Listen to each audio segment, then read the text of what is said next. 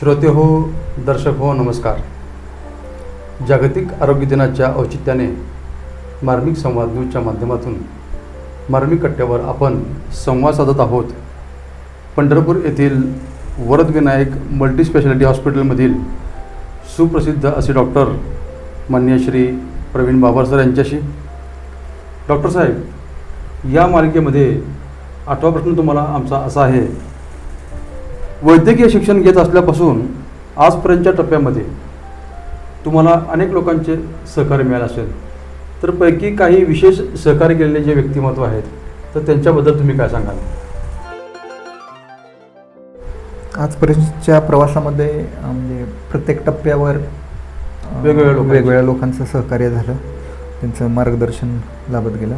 अशी खूप लोक आहेत, पण मी मोजक्या काही लोकांबद्दल त्यांच्या सहकार्याबद्दल मी बोलू इच्छितो. सर्वात महत्त्वाचं म्हणजे फॅमिली, कुटुंब. लहानपणापासून एकत्र कुटुंब असल्यामुळं आईवडिलांबरोबर. तुम्ही डॉक्टर व्हावं ही संकल्पना कोणाची होती घरामध्ये? माझे एक मोठे कझन ब्रदर आहेत, चुलत भाऊ म्हणजे मोठे, आम्ही भैया म्हणतो त्यांना. सर्वात पहिलं त्यांनी माझ्यासाठी ती कल्पना सुचवली की तू डॉक्टर झालं पाहिजे, तशी कुवत पण आहे तुझ्यामध्ये आणि तू डॉक्टर व्हावंस. त्याच्या अगोदर माझ्याही डोक्यात कधी फार कल्पना नव्हती की मी काय झालं पाहिजे किंवा क्षेत्रामध्ये गेलं पाहिजे, याबद्दल काय तेवढी परिपक्वताही नव्हती आणि तसा काही विचारही नव्हता. त्यामुळे फॅमिलीमधल्या कुटुंबातल्या सर्वच लोकांचं फार सहकार्य लागलं. ते चुलते बाकी म्हणजे सगळे. तुमचं किती लोकांचं कुटुंब होतं तिथं पुळला?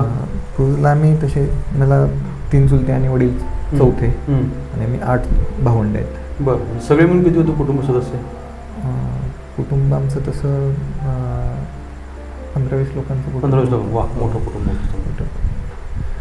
सगळ्यांचंच काही ना काही मोलाचं सहकार्य लाभलेलं आहे. त्यानंतर प्राथमिक शिक्षणाच्या दरम्यान प्राथमिक शिक्षणाच्या दरम्यान मनीषा व्यवहारे मॅडम होत्या. तर विद्यार्थी दशेमध्ये कसं असावं किंवा विद्यार्थ्याचा ॲटिट्यूड कसा असावा तो त्या दरम्यान त्यांच्याकडून आम्हाला शिकायला मिळाला.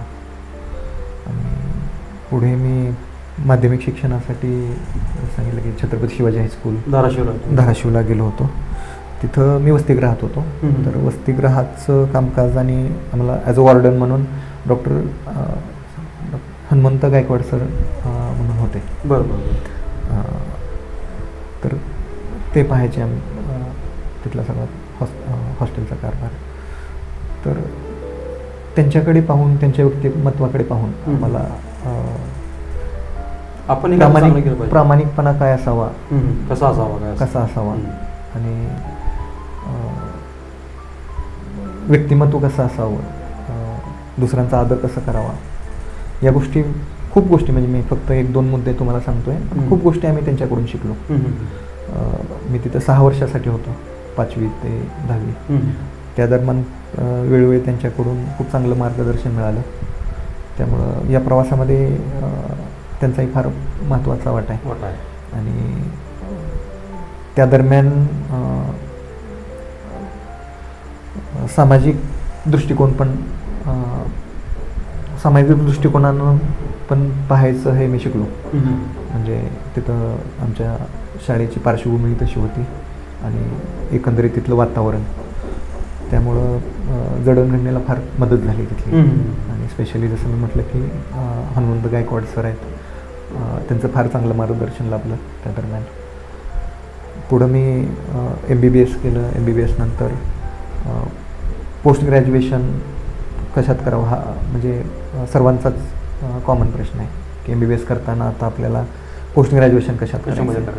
तर त्या दरम्यान एक डॉक्टर प्रशांत दौंड म्हणून एक फिजिशियन होते, सोलापूरचेच. आताही ते खूप चांगली प्रॅक्टिस करत आहेत सोलापूरमध्ये. ते आम्हाला टीचर म्हणून होते.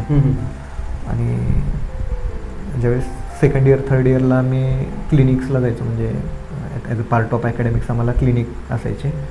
तिथं ते आम्हाला टीचर म्हणून केस डिस्कशन वगैरे करायचे. तर त्यांच्याकडे पाहून मला वाटलं की आपणही फिजिशियन व्हायचं आहे, आपल्यालाही मेडिसिनच घ्यायचं आहे.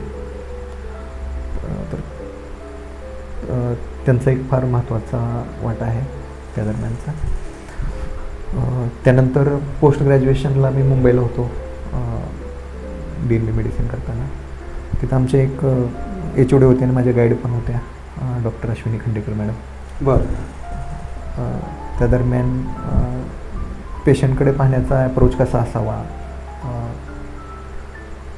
आणि आपण जे मेडिसिन किंवा वैद्यकीय सेवा पेशंटला देतो आहे ती योग्य देतो आहे की नाही देतो आहे, जे औषध आपण प्रिस्क्राईब करतो आहे पेशंटला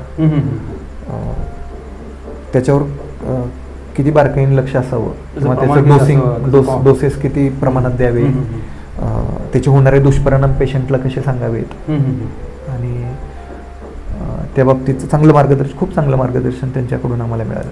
आणि त्यामुळं आताही प्रॅक्टिस करताना आम्ही एखादं औषध प्रिस्क्राईब केलं पेशंटला तर इमिडिएटली आम्ही त्याचे साईड इफेक्ट मी आता पेशंटला सांगतो की औषधामुळे असे साईड इफेक्ट होऊ शकतात, तर असे काही साईड इफेक्ट दिसले तर तुम्ही आमच्याशी संपर्क साधा. ती सवय किंवा ती प्रॅक्टिस मी तेव्हापासून त्यांच्याकडून शिकलो. म्हणजे साधी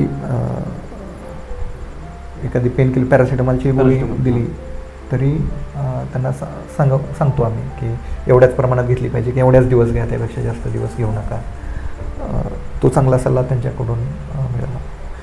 पुढं मी IDCCM केलं, त्यासाठी अश्विनी सहकारी हॉस्पिटलमध्ये 1 वर्षासाठी इंटेन्सिव्हिस्ट म्हणून काम करत होतो.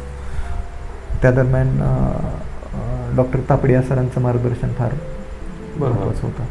तुम्ही त्यांचं नाव ऐकलं असावं. आमच्या आयुष्यामध्ये ट्रीटमेंट केली होती, निर्मल कमल तापडिया सर.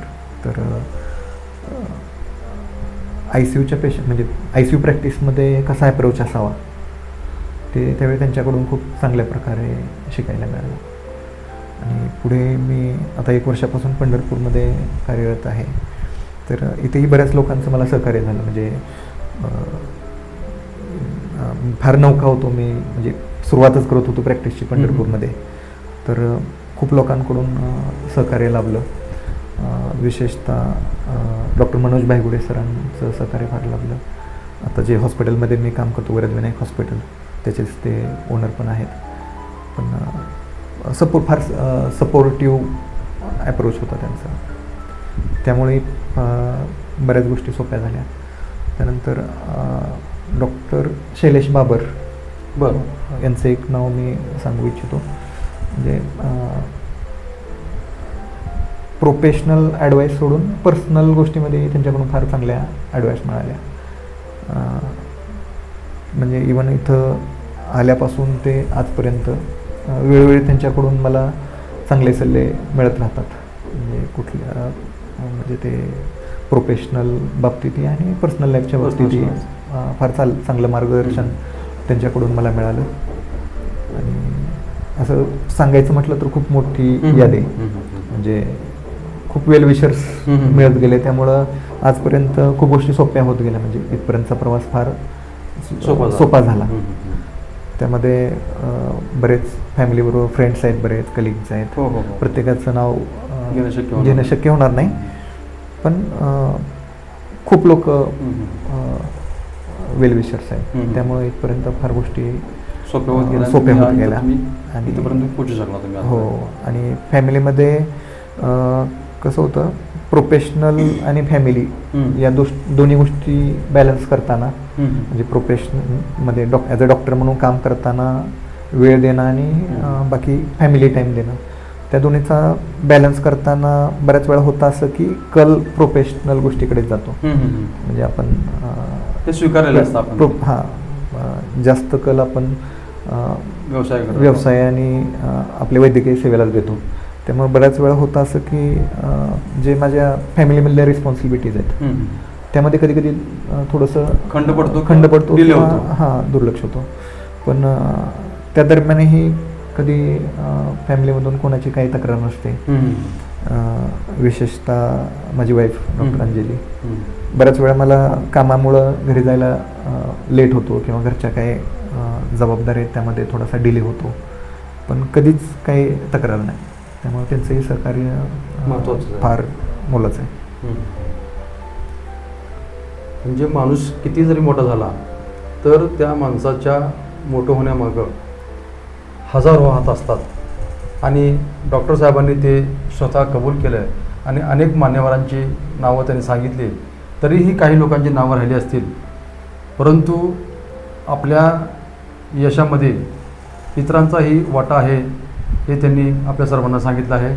अतिशय छान आणि उत्तम तुम्ही या गोष्टीचं विश्लेषण केलं. धन्यवाद डॉक्टर साहेब.